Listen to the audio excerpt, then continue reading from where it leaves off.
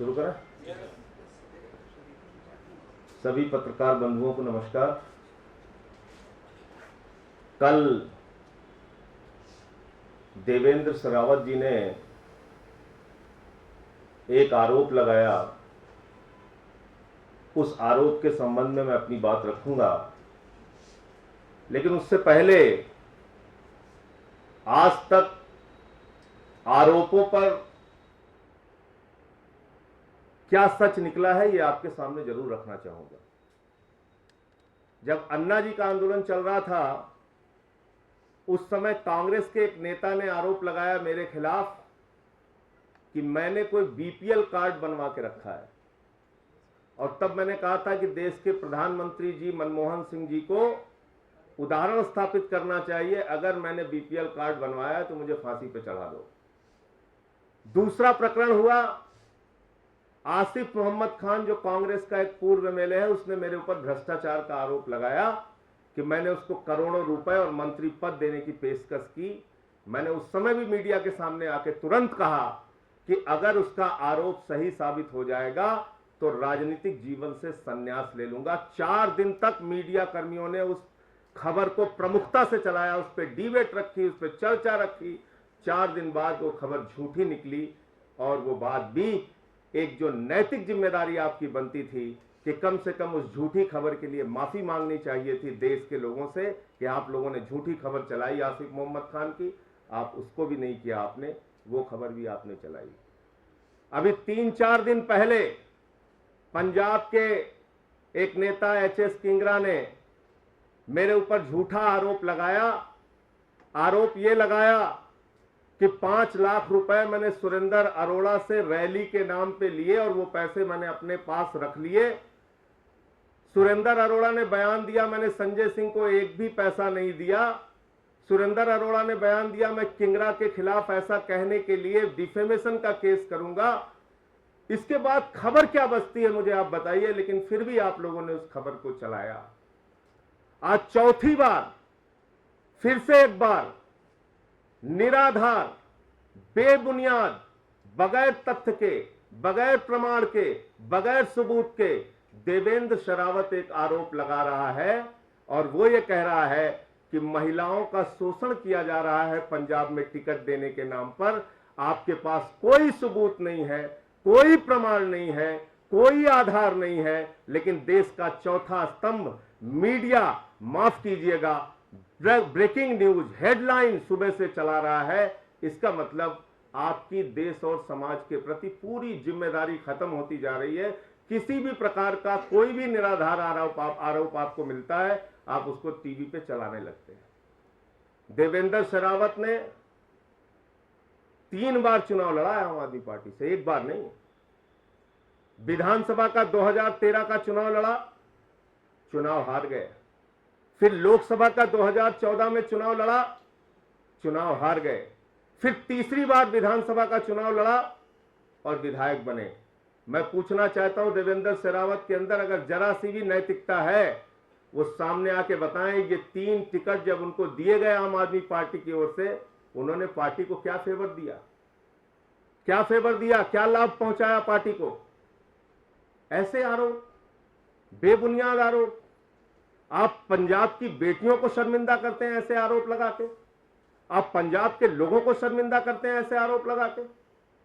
मुझे लगता है पंजाब के लोग इस हकीकत और इस साजिश को समझ रहे हैं कि किस तरह से पंजाब के मलेरकोटला में कुरान की बेअदबी होती है तो दिल्ली का विधायक नरेश यादव गिरफ्तार किया जाता है, और आज एक झूठा बेबुनियाद आरोप लगाने के लिए दिल्ली के विधायक का इस्तेमाल किया जा रहा है। इस पूरे षड्यंत्र में भारतीय जनता पार्टी और अकाली दल का मिला जुला खेल है, क्योंकि आज वो बौखलाए हुए हैं इस बात को लेके कि आम आदमी पार्टी 100 से ज्यादा सीटें पंजाब में पा रही है।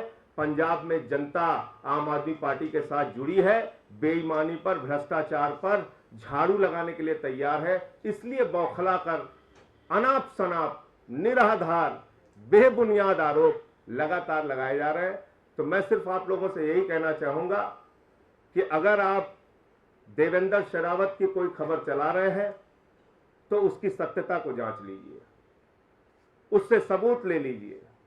उससे कुछ तथ्य और प्रमाण ले लीजिए, और अगर आपको कोई सबूत और तथ्य प्रमाण मिल जाए तो जो मेरी पहले की घोषणा है, मैं फिर दोहरा रहा हूं उस बात को, हालांकि मुझे मालूम है इस बात का कोई असर आप लोगों पे नहीं होना है, मैं राजनीतिक जीवन से, राजनीति से संन्यास ले लूंगा, सार्वजनिक जीवन में चेहरा नहीं दिखाऊंगा। इन 4 सालों में बहुत सारे आरोप ऐसे लगे और हर आरोप से निखर के निकला हूं। मेरी सच्चाई आप लोग जानते हैं, यहाँ पत्रकार बंधु बैठे हैं वो भी जानते हैं, क्योंकि आप हमारे घर पे भी आते हैं जहां सोफा नहीं है, जमीन पे आपको बैठना पड़ता है। आप मेरी सच्चाई को जानते हैं। मैंने 16 साल सुल्तानपुर में फुटपाथ के लोगों की लड़ाई लड़ी है, गरीबों की लड़ाई लड़ी है। आप ये भी जानते हैं कि देश में जब भी कभी कोई आपदा आई है, चाहे जम्मू कश्मीर में हो, नेपाल में हो, उत्तराखंड में हो, भुज में हो, मैंने जा जाके लोगों की सेवा करने का काम किया है। आज उसी सेवा की भावना से इस आम आदमी पार्टी में जुड़ा हूं। लेकिन इस प्रकार से रोज चीथड़े उड़ाना, रोज धज्जियां उड़ाना, रोज निराधार आरोप लगाना, यह मुझे लगता है उचित नहीं है, और आप लोगों को भी अपनी जिम्मेदारी समझनी चाहिए। जहां तक देवेंद्र शेरावत का सवाल है, क्योंकि ये सवाल मेरे चरित्र से जुड़ा है, क्योंकि ये सवाल पंजाब की महिलाओं को, पंजाब के लोगों को शर्मसार कर रहा है, इसलिए उनके ऊपर मानहानि का मुकदमा करूंगा, उनको कोर्ट में लाऊंगा और उनको कोर्ट के सामने, न्यायालय के सामने सच बताना होगा। मुझे लगता है कि ये राजनीति में घटिएपन की पराकाष्ठा है। ये राजनीति में अपने किसी गुस्से और किसी आरोप को लगाने के लिए तथ्यहीन, निराधार, बेबुनियाद बातें करके किसी का चरित्र हनन, किसी का मान मर्दन करने की पराकाष्ठा है। संजय जी, सवाल ये है कि अगर आपकी पार्टी का ही नेता एक कोई चिट्ठी लिखता है, या झूठ भी आप बोल रहे हैं, फैला रहे हैं, आपके अगेंस्ट फैला रहे हैं, तो वो तो पार्टी पे ही रिफ्लेक्ट करेगा। मीडिया पे सवाल तो बाद में आता है। अगर आपकी पार्टी में ही आपके ही लोग आपस में अलेजिडली झूठ फैला रहे हैं, निकाल दीजिए पार्टी से, एकदम निकाल दीजिए। क्या आप पार्टी से निकालेंगे देवेंद्र शेरावत को? एक एक करके जवाब दो। क्या आप निकालेंगे उन्हें पार्टी से? जी हाँ, मैं इसलिए बोल रहा हूं कि आज तमाम तरीके की साजिशें पंजाब में हमारे खिलाफ हो रही हैं, और ये साजिश का ही नतीजा था कि मलेरकोटला में कुरान की बेअदबी के मामले में दिल्ली का विधायक नरेश यादव गिरफ्तार किया जाता है, जिसमें आरएसएस से जुड़ा हुआ प्रचारक पकड़ा जाता है कुरान की बेअदबी में। उसके खिलाफ कार्रवाई करने के बजाय नरेश यादव पे कार्रवाई। इसलिए मैंने कहा कि बीजेपी और अकाली दल आम आदमी पार्टी के खिलाफ लगातार साजिश कर रहे हैं, और ये भी एक बड़ी साजिश का हिस्सा है। दूसरी बात, जो बात अभी आपने कही, हमारी पार्टी के विधायक हैं, निश्चित रूप से हमारी पार्टी के विधायक हैं।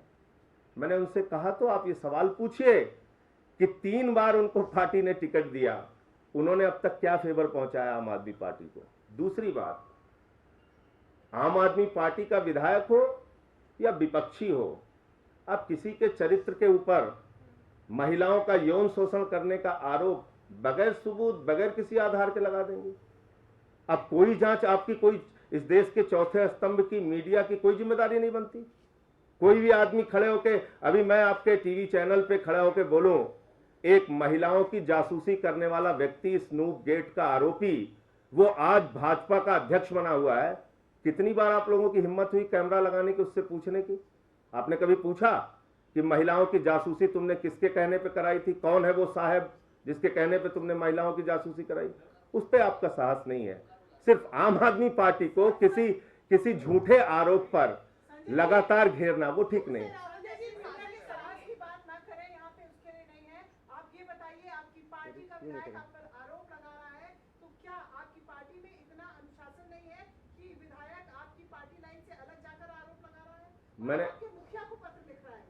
मैंने आपसे फिर उसी बात को दोहरा रहा हूं, चाहे आम आदमी पार्टी का विधायक आरोप लगाए या आप स्वयं आरोप लगाएं, आप भी मीडिया में हैं, आपकी भी जिम्मेदारी, आप भी उस आरोप को जांच कीजिए।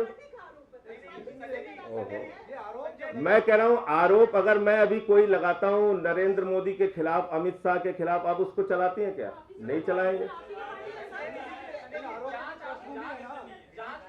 इस पूरे मामले पे डिफेमेशन का केस करेंगे देवेंद्र शेरावत पे।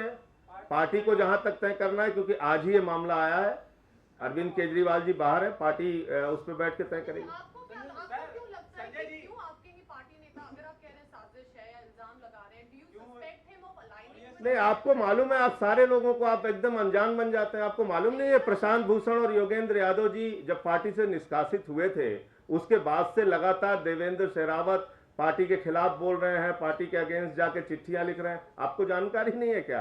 आप इतनी कम जानकारी रखते हैं, मुझे ऐसा नहीं मालूम है। मुझे मालूम है, आपको पता है, खूब मालूम है आपको कि देवेंद्र शेरावत लंबे समय से असंतुष्ट चल रहे हैं। आपको खूब मालूम है कि देवेंद्र शेरावत पार्टी के खिलाफ लगातार बोलते रहे हैं। तो आज ये कोई नया प्रकरण है, ऐसा नहीं।